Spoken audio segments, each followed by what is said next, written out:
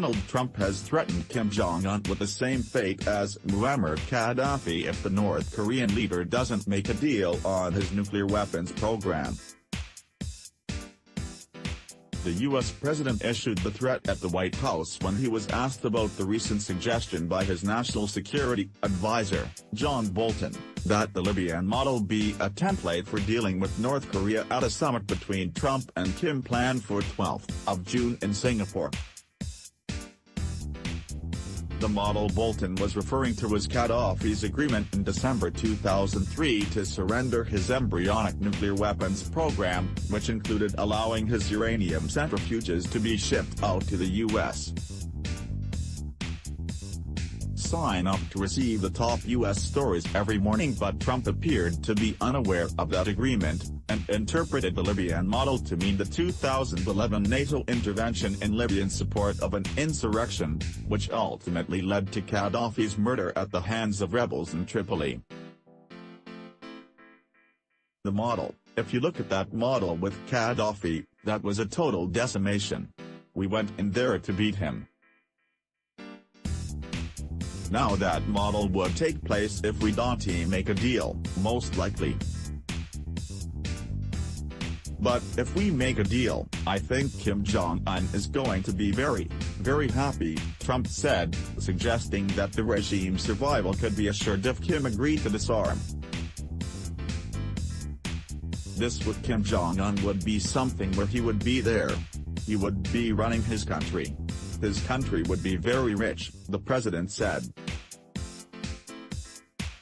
We're willing to do a lot, and he's willing to do a lot also, and I think we'll actually have a good relationship, assuming we have the meeting and assuming something comes of it. And he'll get protections that will be very strong. Asked whether his comments meant that he disagreed with his national security advisor, the third of his administration, the president said, I think when John Bolton made that statement, he was talking about if we are going to be having a problem, because we cannot let that country have nukes. We just can't do it. Joel Witt, a former U.S. negotiator who is now a senior fellow at the U.S. Korea Institute at Johns Hopkins University, said, this is probably the wrong time to be making threats, 3 weeks before the summit. The inflammatory comments come at a time when the June meeting is in doubt. The regime in Pyongyang reacted strongly against statements by Bolton over the weekend, who insisted North Korea would have to dismantle its nuclear arsenal completely and immediately. A senior official said on Wednesday that Kim would not take part in a summit with such one-sided goals. Trump in a White House meeting with Mike Pompeo, middle, John Bolton, far right, and the NATO chief Jens Stoltenberg, far left.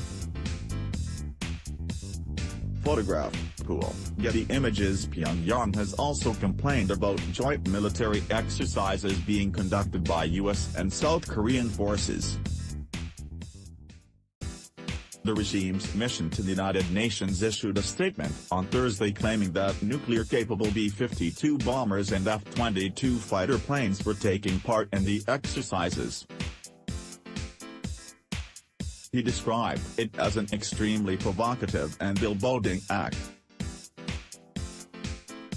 However, Trump said that despite Pyongyang's threats to call off the summit, they've been negotiating like nothing happened. The State Department spokeswoman, Heather Nauert, said, we are continuing to push ahead and plan our preparations. Those continue at this time for a meeting between the president and Kim Jong-un in June. At a meeting in Tokyo on Tuesday, a senior State Department official suggested that a substantial but partial disarmament by North Korea might be acceptable as the first stage of a deal with North Korea. Speaking to a meeting of business executives in Tokyo organized by The Wall Street Journal, Susan Thornton, the acting Assistant Secretary of State for East Asia and Pacific Affairs, said that in